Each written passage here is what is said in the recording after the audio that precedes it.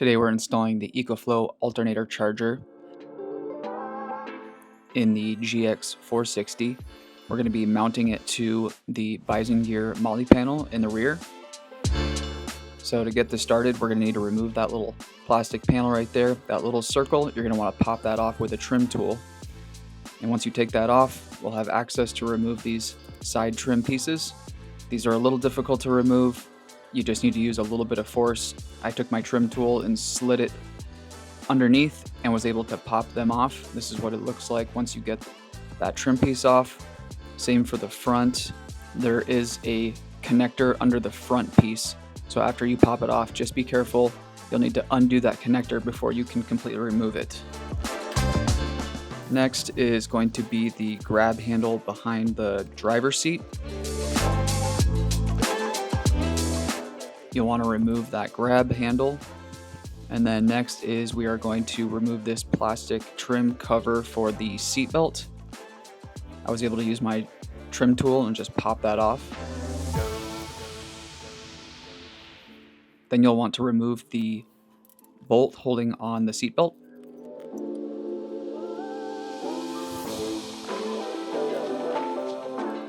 Next, we're just going to pop off this trim piece.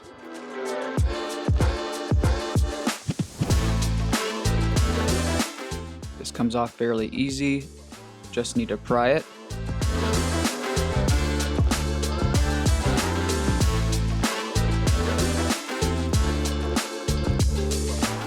And then we're going to want to remove the rear grab handle.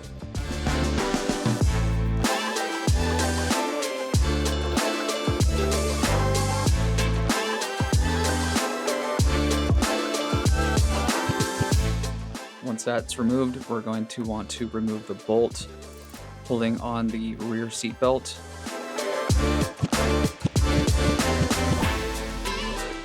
And now we have access to get underneath the rear trim piece that we're going to be running the wire under.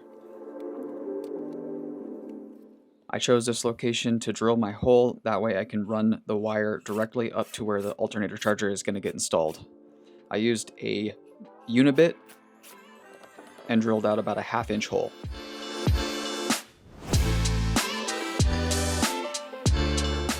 You're going to want to tape the two wires together so it doesn't get caught up while you're feeding it through.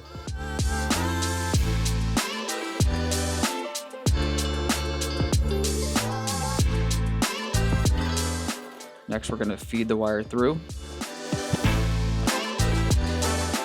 And then we are going to get our length. I just wanted to get just enough length to reach where I was going to mount the alternator charger with a little bit of slack.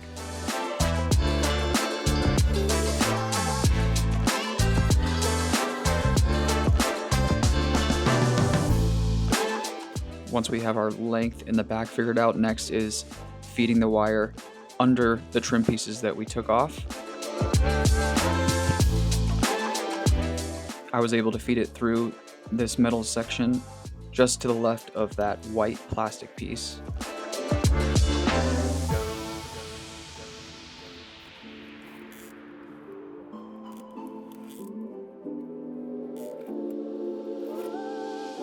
And this is what it looks like once we have the wire fed through. I have it just to the left of the wiring harness there, feeding straight through to the front. Now we get to the grommet. This is going through the firewall to the engine bay. You're going to want to take a razor blade and cut a hole in the grommet so we'll be able to feed this wire through. I took a piece of wire and fed it through, and now I'm taping my alternator charger wire to the wire so I can go ahead and pull it through the firewall into the engine bay. Just make sure to pull enough wire into the engine bay to access your connections. Now you're going to mount your mounting bracket to your alternator charger.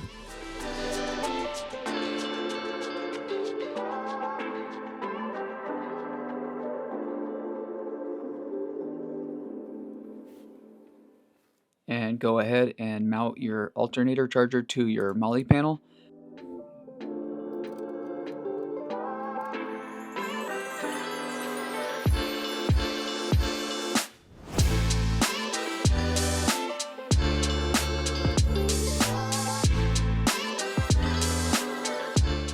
Once the alternator charger is installed on the Molle panel, go ahead and install your input and output. Now hook up your output wire to your EcoFlow battery.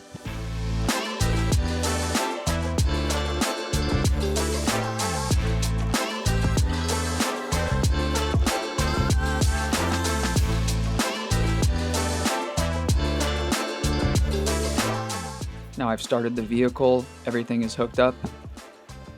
We're gonna give it a go. We got 500 watts.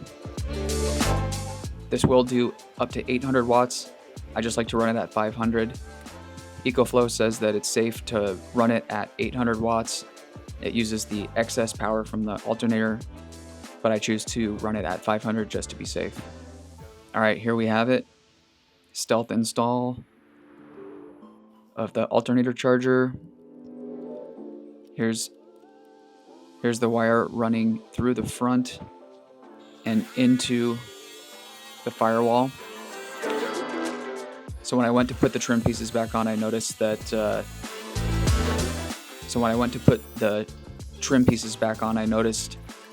they weren't wanting to pop on, and I realized that this little plastic piece goes right where we ran our wire. So what I went ahead and did was used my multi-tool and trimmed this little plastic piece down so we have clearance for our wire.